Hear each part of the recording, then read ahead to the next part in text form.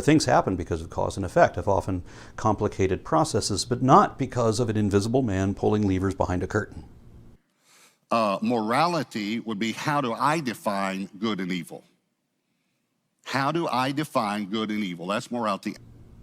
While I would argue that morality is not a necessary aspect of one's worldview, I do happen to have what I think is a fairly objective moral standard to determine that. And I've never heard a Christian define what morality even is, much less how we should know what is or is not moral. They say they have an objective moral standard, but it always turns out to be the subjective opinion of whoever is pretending to speak for or interpret their God's subjective opinion. And destiny is what happens to me after death.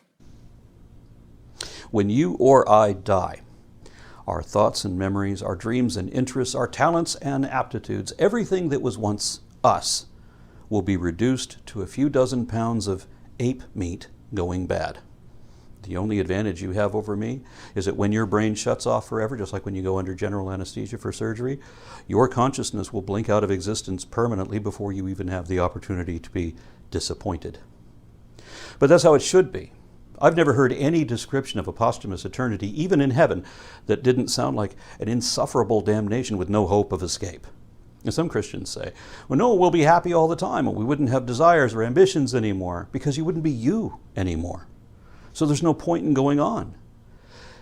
If all that was really real, which it thankfully isn't, then in your first gazillion years, you'd already be pleading for some way to just let it end.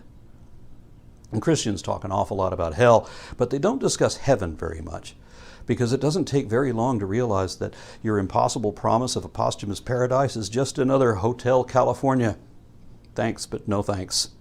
Frankly, I'd rather just die and stay dead completely. And I even said so in a prayer when I still believed in God at 12 years old.